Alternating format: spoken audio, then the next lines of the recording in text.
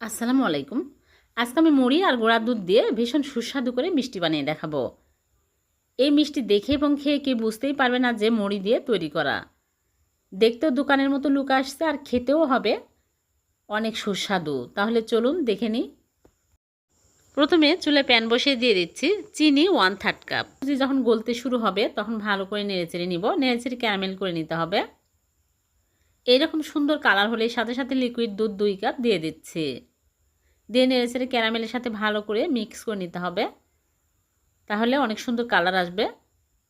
ভালোভাবে বলক তুলে নিব।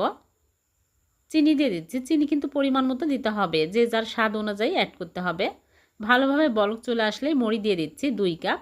নরম মুড়ি দিলেও হবে, মুচমুচে দিলেও হবে। তারপরে এর মধ্যে দিয়ে দিচ্ছি সুজি 2 টেবিল চামচ। সুজি দিলে বাইন্ডিংয়ের কাজ করবে, এর জন্য সুজি দিয়ে দিচ্ছি। আর খেতেও ভালো লাগবে। এখন ভালো করে নেড়েচেড়ে ঘন করে নিব। তারপরে চুলা অফ করে রেখে দেব 5 মিনিট। ঢেকে রেখে দিচ্ছি। 5 মিনিটে একদম নরম হয়ে যাবে। 5 মিনিট পর আমি ভালো করে নেড়েচেড়ে নিব। নেড়েচেড়ে ভালো করে ম্যাশ করে নিতে হবে। আর শক্ত করে নিতে হবে। মুড়ি একদম নরম হয়েছে। এরকম করে ম্যাশ করে নিলেই ভালো করে ম্যাশ হয়ে যাবে। আর শক্ত হয়েছে, এরকম শক্ত হলে চুলা থেকে নামিয়ে নিতে হবে। এক সাইডে রেখে দেব ঠান্ডা হওয়ার জন্য। ঠান্ডা হতে থাকুক আর এদিকে আমি ক্ষীর তৈরি করে নিব। আবার চুলায় প্যান বসিয়ে দিয়ে দিচ্ছি 1/2 কাপ লিকুইড দুধ আর দিয়ে দিচ্ছি গুঁড়া দুধ। চিনি দিয়ে দিচ্ছে 1 চামচ। দিয়ে ভালো করে নেড়েচেড়ে ঘন ক্ষীর বানিয়ে নেব। অনবরত নাড়তে থাকতে হবে, নাড়া কিন্তু থামানো যাবে না, তাহলে তলায় লেগে যাবে। দেখুন আস্তে আস্তে ঘন হতে শুরু হয়েছে। চুলার আঁচ একদম লো আছে, এই কাজ করতে হবে। এরকম শক্ত হলেই চুলা থেকে নামে এক সাইডে রেখে দিলাম। আর মুড়ির ডোটা ঠান্ডা হয়ে গেছে, এখন ভালো করে মথে নিচ্ছি। একটু সময় নিয়ে ভালো করে মথে নিতে হবে, তাহলে একদম মসৃণ হবে, মিষ্টির শেপ দিতে সুবিধা হবে। এখন হাতে ঘি লাগিয়ে নিয়ে এরকম করে অল্প অল্প করে নিয়ে গোল করে লম্বা করে একটু চ্যাপ্টা করে নিচ্ছে। এরকম করে সবগুলো মিষ্টি বানিয়ে নেব। একদম মসৃণ করে মিষ্টিগুলো বানিয়ে নিতে হবে, তাহলে দেখতে সুন্দর লাগবে। খেতে অনেক সুস্বাদু হয় এই মিষ্টিগুলো। খুবই সহজ, যে কেউ এই মিষ্টি বানাতে পারবেন। বানানো হয়ে গেলে আমি নরমাল ফ্রিজে রেখে দিলাম ঠান্ডা হওয়া পর্যন্ত। আর এদিকে ক্ষীর ঠান্ডা হয়ে গেছে, একটু মথে নিলাম। তারপরে ভিতরের পুর বানিয়ে নিচ্ছে এরকম করে। সবগুলো বানিয়ে নিব। সবগুলো বানানো হয়ে গেলে আমি এক সাইডে রেখে দিলাম। আর এদিকে মিষ্টিগুলো ঠান্ডা হয়ে গেছে, শক্ত হয়ে গেছে। এখন বের করে নিয়ে আসলাম। নাইফ দিয়ে আমি মাঝখানে এরকম করে কেটে নিচ্ছি। নিয়ে যে ভিতরে পুর বানিয়ে রেখেছি ওই পুরগুলো ভিতরে দিয়ে দিব, তাহলে খেতে আরও বেশি টেস্টি হবে। দেখুন কত সুন্দর লুক আসছে।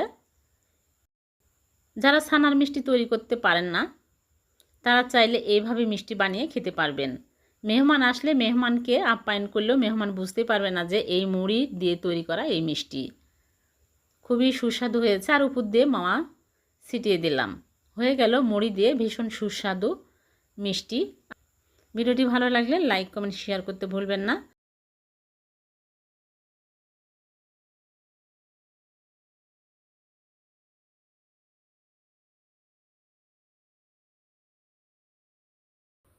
দোকান থেকে অস্বাস্থ্যকর নাস্তা না কিনে ঘরেই যদি এইরকম নাস্তা তৈরি করা যায়, তাহলে আর দোকান থেকে কিনতে হবে না।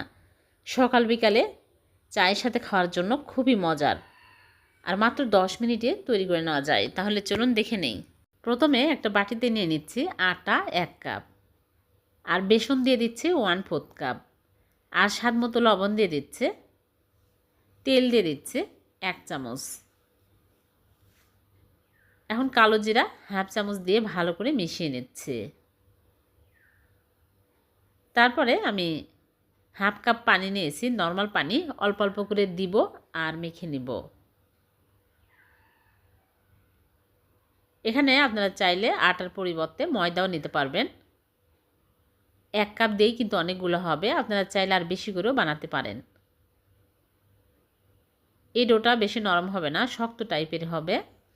ভালো করে মেখে তারপরে 10 মিনিট রেস্টে রেখে দেব। আর ডোয়ের উপরে তেল লাগিয়ে রেখে দিচ্ছি, তাহলে শক্ত হবে না, সফট থাকবে। ফিরে আসলাম 10 মিনিট পর। এখন আমি আরেকটু মথে নেব, তারপরে ছোট ছোট করে লেচি কেটে নেব। 5টা লেচি কেটে নিচ্ছি সমান করে। তারপরে এক সাইডে রেখে দেবো ঢেকে, আর একটা করে ফিরিতে নিয়ে রুটি বেলে নেব। পাতলা করে বড় করে রুটি বেলে নিতে হবে। এখন উপরে সামান্য পরিমাণে তেল দিব আর আটা ছিটিয়ে দিব। বেশি তেল দিবেন না। এরকম করে একটা করে রুটি দিব আর উপরে তেল লাগিয়ে ময়দা লাগিয়ে নেব। ময়দা কিংবা আটা যে কোনো লাগালেই হবে, কিংবা কর্নফ্লাওয়ার যে কোনো একটা লাগিয়ে নিতে হবে। 5টায় দিয়ে আমি বড় করে বেলে নিচ্ছি। তারপরে এইরকম করে ভাঁজ করে নিচ্ছে। এখন আমি আবারও বেলে নিচ্ছে। বড় করে বেলে নিলাম। এখন আমি কৌটার ঢাকনা নিয়েছি। কৌটার ছোট্ট সাইজের ঢাকনা দিয়ে আমি এইরকম করে আমি নিমকির শেপ দিয়ে নিচ্ছি। এই নিমকির নাম দিয়েছি কাজু নিমকি। কাজুর সমান, এই জন্য কাজু নিমকি নাম দিয়েছে। সবগুলো কেটে নিয়েছে। ময়দা ছিটিয়ে দিবেন, তাহলে লেগে যাবে না। এখন ভেজানোর জন্য আগে থেকে তেল দিয়ে তেল গরম করে নিয়েছে। এখন এইরকম করে দিয়ে দিচ্ছি। একবারে কিন্তু বেশি দেওয়া যাবে না, 2 ব্যাচে ভাজবো, একবার হবে না। উল্টিয়ে পাল্টে একটু সময় নিয়ে ভালো করে ভেজে নিতে হবে, মুচমুচে করে। ভালোভাবে ভাজা হলে অনেক দিন পর্যন্ত স্টোর করে রাখলে মুচমুচে থাকে। বেশি করে বানিয়ে এয়ারটাইট বক্সে রেখে দিবেন। সকাল বিকালে চায়ের সাথে খাওয়া যাবে। এরকম কালার হলেই তুলে নিচ্ছি। ফুলে বড় বড় হয়ে গেছে। বেকিং পাউডার বেকিং সোডা ছাড়াই দেখুন কত সুন্দরভাবে ফুলেছে। সবগুলো ভেজে তুলে নিলাম। আর এদিকে আমি চুলায় প্যানে নিয়ে নিলাম কারি পাতা। হালকা করে ভেজে নিব, বেশি পুড়িয়ে ফেলা যাবে না। এরকম সবুজ কালার থাকতেই চুলা থেকে নামিয়ে নিচ্ছে। নিয়ে তারপরে ঠান্ডা করে হাত দিয়ে এরকম করে গুঁড়া করে নিব। তারপর এর মধ্যে দিয়ে দিচ্ছি মরিচের গুঁড়া,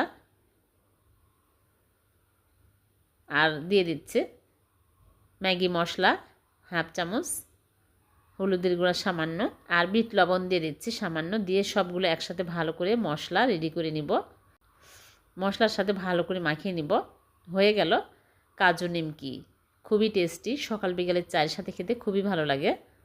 এভাবে বাড়িতে বানিয়ে দেখবেন, সবাই অনেক পছন্দ করবে। ভিডিওটি ভালো লাগলে লাইক কমেন্ট শেয়ার করে দেবেন। আবার দেখা হবে এরকম নতুন কোনো রেসিপিতে। সে পর্যন্ত ভালো থাকবেন। আল্লাহ হাফেজ।